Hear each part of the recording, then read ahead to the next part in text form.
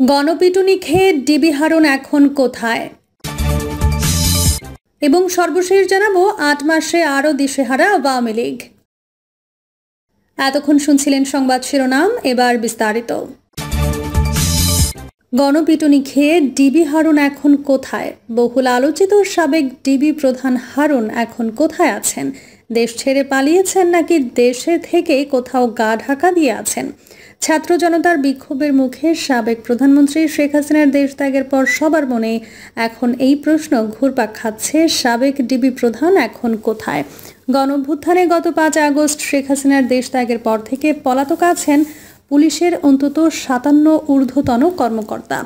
এর মধ্যে আছেন ঢাকা মহানগর পুলিশের গোয়েন্দা বিভাগের সাবেক অতিরিক্ত কমিশনার ও বহুল আলোচিত পুলিশ কর্মকর্তা হারুন আর রশিদ। কোথায় আছেন তিনি? গোয়েন্দা সূত্র বলছে, সরকার পতনের পর গা ঢাকা দিয়েছেন হারুন নিজের বাসা, এমনকি আত্মীয় স্বজন কারো বাসাতেই থাকছেন না। তিনি ৫ আগস্ট শেখ হাসিনার দেশ ত্যাগের খবর ছড়িয়ে পড়লে ঢাকার রাস্তায় জনতার ঢল নামে।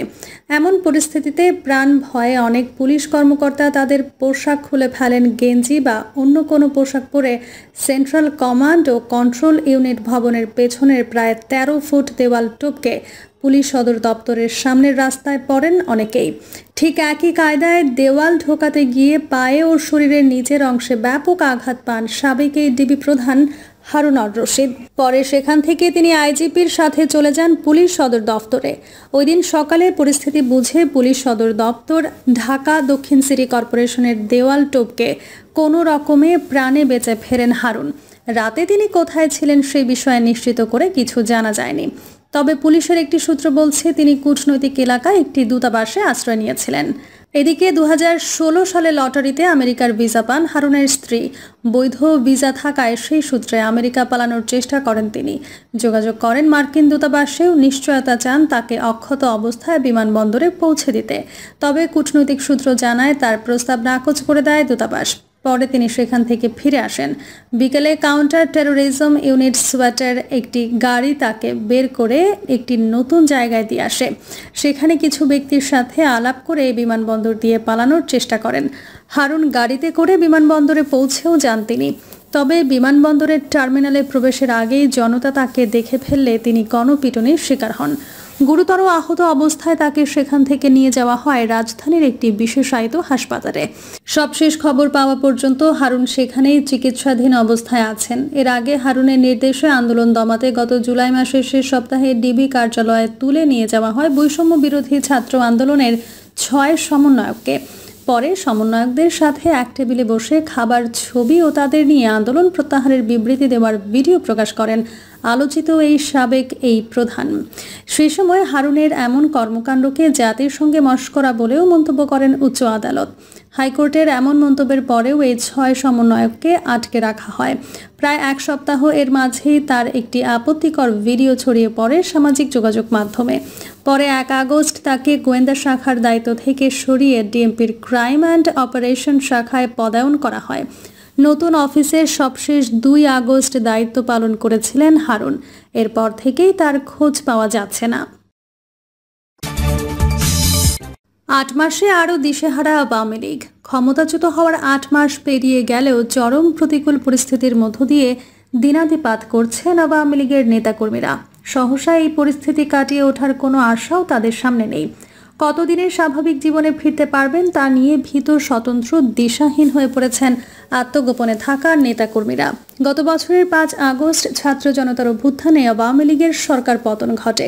ওই দিন প্রধানমন্ত্রীর পদ থেকে পদত্যাগ করে পালিয়ে ভারতে গিয়ে আশ্রয় দেন দলটির সভাপতি শেখ হাসিনা।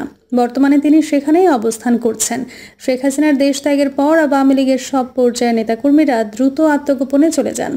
দলের শীর্ষ পর্যায়ের নেতা, সাবেক মন্ত্রী, প্রতিমন্ত্রী, এমপিদের অনেকেই বিভিন্নভাবে দেশ ছেড়ে পালিয়ে বিদেশে চলে গেছেন। কেউ কেউ ৫ আগস্টের আগেই দেশ ছেড়ে বিদেশে পাড়ি জমান। নেতাকর্মীরা আত্মগোপনে চলে যাওয়ার পর অস্তিত্বহীন হয়ে পড়ে ঐতিহ্যবাহী দলটি। এখন পর্যন্ত সেই অবস্থাতেই রয়েছে। বিদেশে পাড়ি জমানো আওয়ামী লীগ নেতাদের কেউ কেউ যুক্তরাজ্য, যুক্তরাষ্ট্র, কানাডা, বেলজিয়াম, সংযুক্ত আরব আমিরাত সহ বিভিন্ন দেশে অবস্থান করছেন। তবে অধিকাংশ নেতাই রয়েছেন ভারতে। তারা দিল্লি, কলকাতার শিলং, আগরতলা, শিলিগুড়ি সহ ভারতের বিভিন্ন শহরে আশ্রয় নিয়েছেন। ভারতে পালিয়ে যাওয়া নেতাকর্মীদের মধ্যে জেলা উপজেলা পর্যায়ের লোকজনও রয়েছেন বলে জানা গেছে। এদিকে দেশে যারা আত্মগোপনে আছেন তাদের মধ্য থেকে কেউ কেউ হঠাৎ কোনো জায়গায় দু একটি ঝটিকা মিছিল বের করেছেন। সবশেষ গত 6 এপ্রিল সকালে বায়তুল মোকাররম মসজিদের দক্ষিণ গেট থেকে শহীদ আবরার ফাহাদ এভিনিউয়ে আওয়ামী লীগের কেন্দ্রীয় কার্যালয় পর্যন্ত দলটির কয়েকজন নেতাকর্মী ঝটিকা মিছিল করেন। এর আগের 21 মার্চ সন্ধ্যায় ধানমন্ডি 27 নম্বর থেকে আওয়ামী লীগের নেতাকর্মীরা একটি মিছিল বের করেন। ওই মিছিল থেকে 3 জনকে আটক করা হয়। সামাজিক যোগাযোগ মাধ্যম দিয়ে আওয়ামী লীগের কয়েকজন নেতাকর্মীর সঙ্গে কথা বলে জানা যায়, তৃণমূল পর্যায়ের নেতাকর্মীরা অত্যন্ত অসহায় ও নিরাপত্তাহীন এবং অধিকাংশ সময়ই পরিবার পরিজন থেকে বিচ্ছিন্ন হয়ে থাকতে বাধ্য হচ্ছেন। এমনকি অনেকে 5 আগস্টের পর থেকে আজ পর্যন্ত বাড়িতে আসতে পারেননি বা পরিবারের সদস্যদের সঙ্গে দেখা করতে পারেননি। ঈদের সময়ও অনেকে নিজ বাড়ি যেতে এবং স্বজনদের সঙ্গে ঈদ উদযাপন করতে পারেননি। সরকার পতনের পর দলের সভাপতি ও সাবেক প্রধানমন্ত্রী শেখ হাসিনা সহ দলের কেন্দ্র থেকে শুরু করে ওয়ার্ড পর্যায় পর্যন্ত আওয়ামী লীগ ও এর সহযোগী সংগঠনগুলোর হাজার হাজার নেতাকর্মীর নামে মামলা হয়েছে। শীর্ষ পর্যায় থেকে শুরু করে ওয়ার্ড পর্যায়ের অনেক নেতা, সাবেক মন্ত্রী, প্রতিমন্ত্রী, এমপি গ্রেপ্তার হয়ে কারাগারে আছেন।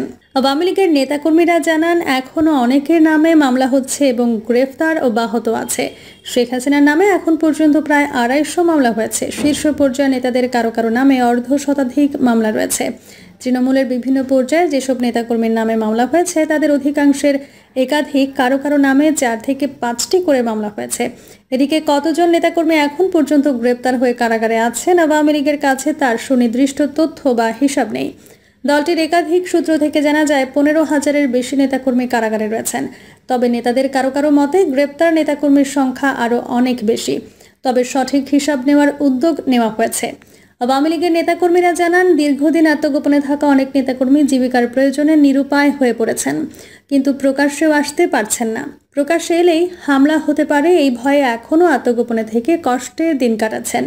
নেতাকর্মীদের উপর হামলার ঝুঁকি এখনও কাটেনি। বিভিন্ন স্থানে এ ধরনের ঘটনা ঘটছে। সম্প্রতি আদালত থেকে জামিনের পর সিরাজগঞ্জের এমপি আব্দুল আজিজের ওপর হামলার ঘটনার কথা তারা উল্লেখ করেন। আবার প্রায় প্রত্যেকের নামে একাধিক মামলা রয়েছে। অনেক মামলায় অজ্ঞাতনামা আসামি রয়েছে। অজ্ঞাতনামা আসামি হিসেবে গ্রেপ্তারের ভয়ও আছে আওয়ামী লীগের নেতাকর্মীরা। তাই পরিস্থিতি যত করুণই হোক, গ্রেপ্তার এড়াতে আত্মগোপনে থাকতেই বাধ্য হচ্ছেন আওয়ামী লীগের নেতাকর্মীরা। আরও কতদিন এভাবে চলবে তা জানেন না তারা। সহসা সংকট কাটবে এমন আশাও করতে পারছেন না। এমন কঠিন করুণ পরিস্থিতিতে হতাশ হয়ে পড়েছেন তৃণমূলের নেতাকর্মীরা। নাম প্রকাশ না করার শর্তে অজ্ঞাত স্থানে আত্মগোপনে থাকা আওয়ামী লীগের এক নেতা বলেন, দলের শীর্ষ পর্যায়ে 2-1 নেতা কখনো কখনো হোয়াটসঅ্যাপ ও মেসেঞ্জারের মাধ্যমে যোগাযোগ করেন, কিন্তু তারাও সুনির্দিষ্ট কোনো দিক নির্দেশনা দিতে পারছেন না। সংকট কতদিনে কাটবে তারা সে বিষয়ে কিছুই বলতে পারেন না। বিপদগ্রস্ত নেতাকর্মীদের অনেকে তাদের করুণ পরিস্থিতির জন্য দলের প্রভাবশালী নেতাদের ওপর ক্ষোভ প্রকাশ করেছেন, বিশেষ করে যারা দেশ ছেড়ে পালিয়ে বিদেশে চলে গেছেন এবং তারা স্বাচ্ছন্দ্যে আছেন বলে বিপদে থাকা তৃণমূলের নেতাকর্মীদের কেউ কেউ মনে করছেন। কোন নেতা সামাজিক যোগাযোগ মাধ্যম দিয়ে তৃণমূল নেতাকর্মীদের সঙ্গে মাঝে মাঝে যোগাযোগ, খোঁজ খবর নেওয়ার চেষ্টা করলেও অনেকেই কর্মীদের কোনো খোঁজ খবর রাখেন না বলেও অভিযোগ রয়েছে। এসব কারণে অনেকে নেতাদের ওপর ক্ষুব্ধ হয়ে পড়েছেন। আবার অনেকে নেতাদের ওপর পুরনো ক্ষোভও ঝাড়ছেন। তাদের অভিযোগ, ক্ষমতায় থেকে অনেক নেতাই তৃণমূলের নেতাকর্মীদের বিপদের সময় পাশে থাকেনি, সহযোগিতা চেয়েও পাওয়া যায়নি। ক্ষমতায় থাকাকালেই তাদের এই আচরণ লক্ষ্য করা গেছে, আর এখন তো প্রতিকূল পরিস্থিতি। এই অবস্থায় তারা নিজেদের বিপদের কথাই বড় করে বলবেন।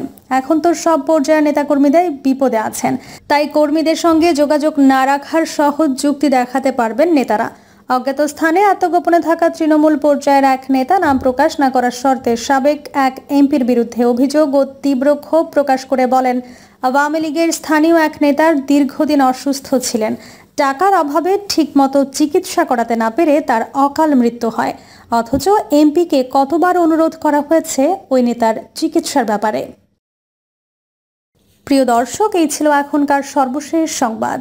আপডেট সব সংবাদ পেতে চ্যানেলটি সাবস্ক্রাইব করে বেল আইকনটি ক্লিক করে রাখুন।